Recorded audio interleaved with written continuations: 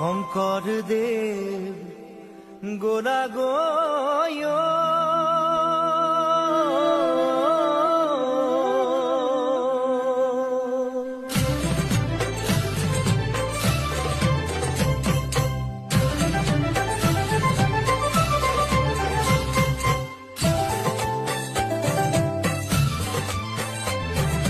গুৰু আমাক গোলা এৰি থৈ প্ৰাণহীন হ'ল সমাজ দেখিছো তাৰেই